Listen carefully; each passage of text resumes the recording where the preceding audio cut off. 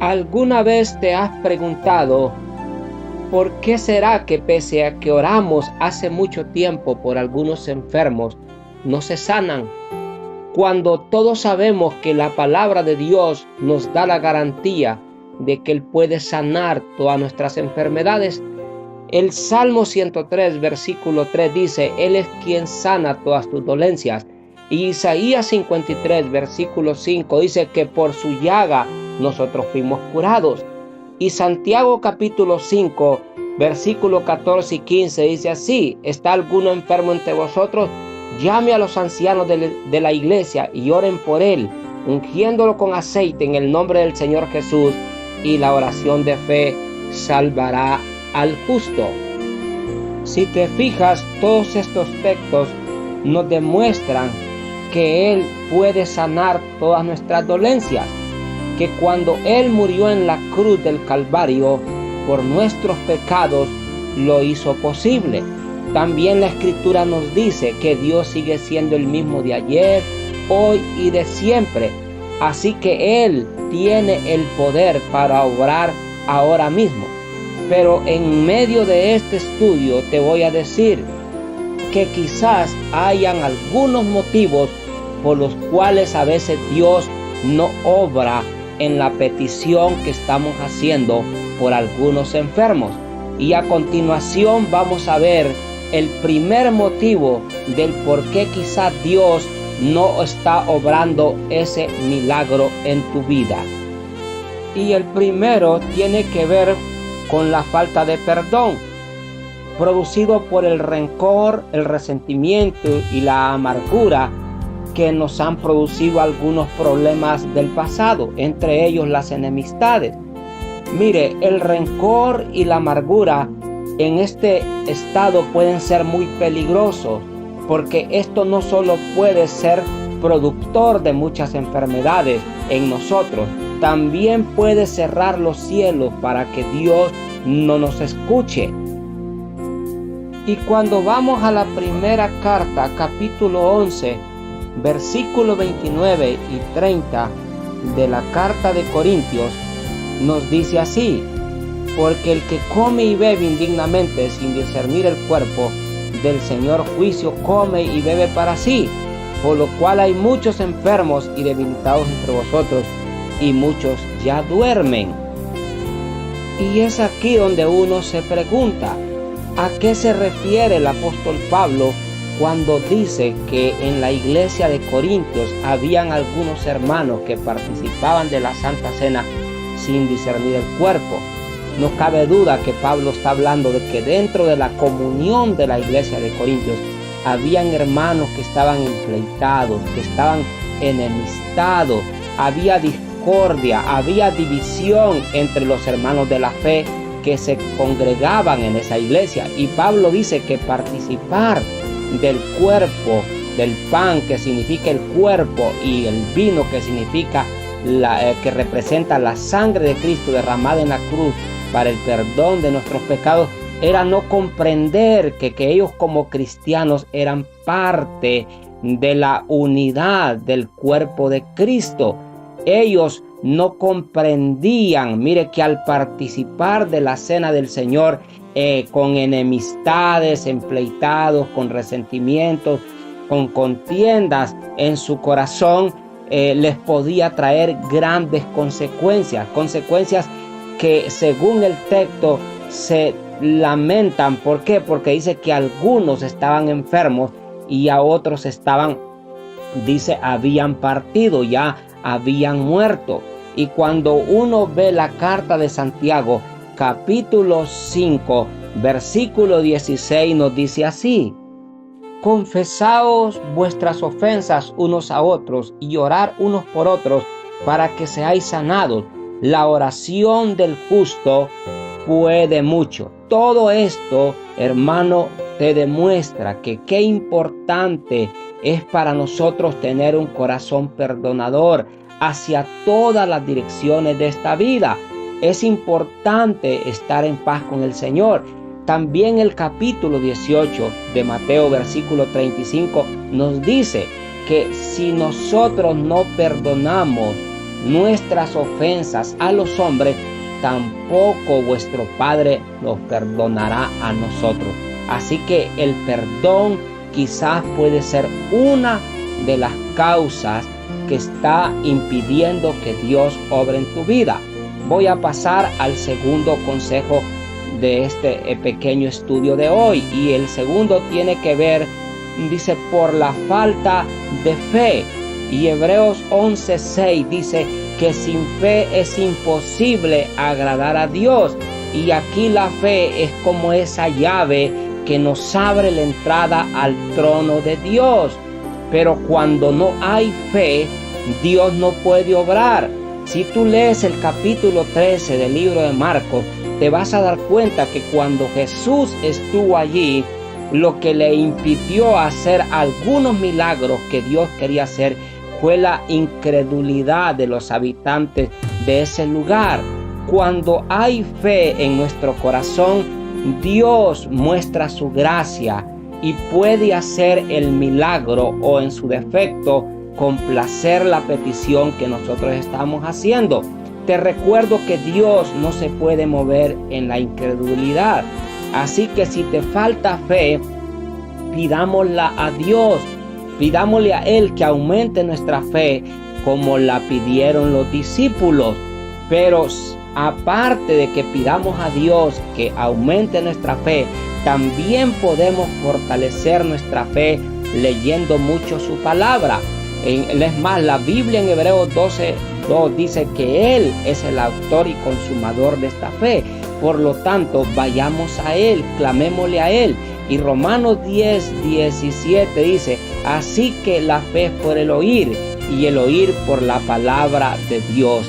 Cuando nosotros leemos, oímos su palabra y le pedimos a Dios que aumente nuestra fe, entonces Él viene y nos fortalece y nos da esa fuerza que necesitamos.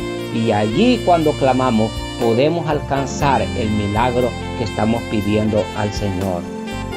Bueno, nuestro tercer motivo por el cual algunos enfermos no se sanan tiene que ver con que todavía no es el tiempo de Dios.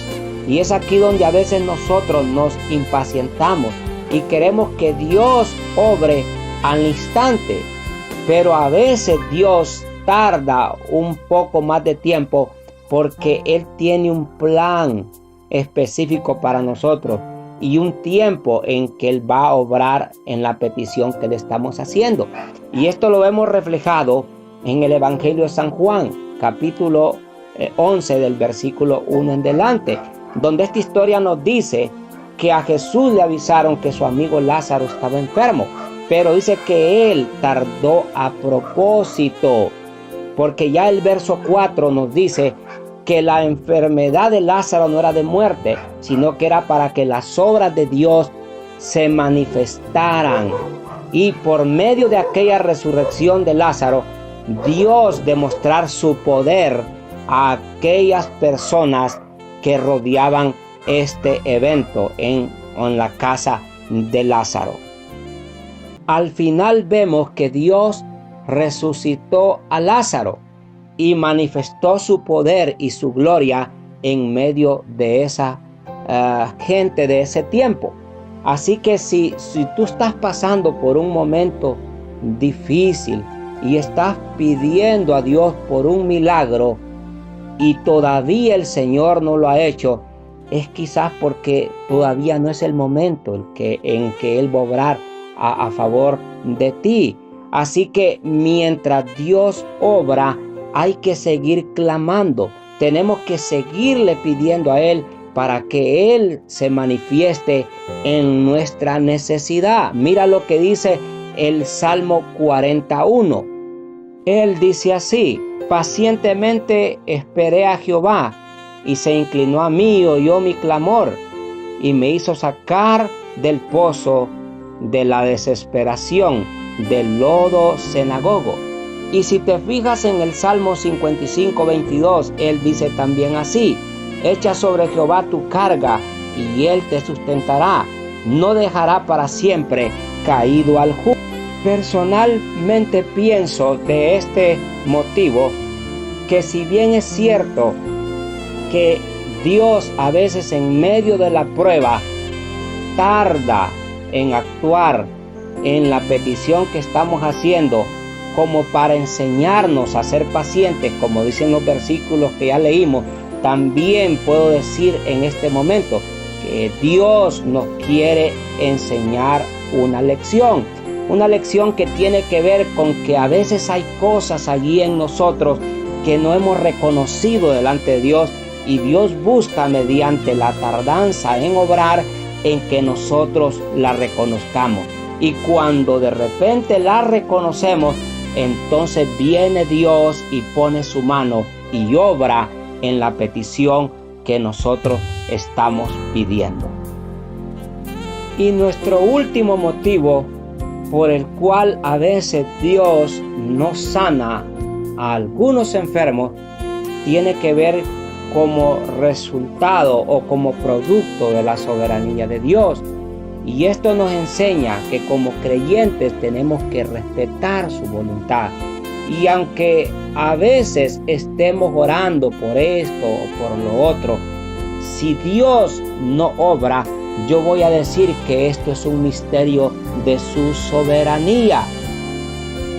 Y lo vemos reflejado en el capítulo 13, versículo 14 del segundo libro de Reyes, donde nos dice que el profeta Eliseo murió de una enfermedad. Yo no sé si tú has estudiado sobre la vida de Eliseo, si sabes quién era Eliseo, pero la Biblia nos dice que este hombre era un hombre lleno del Espíritu de Dios y que fue un hombre usado por Dios para hacer muchos milagros.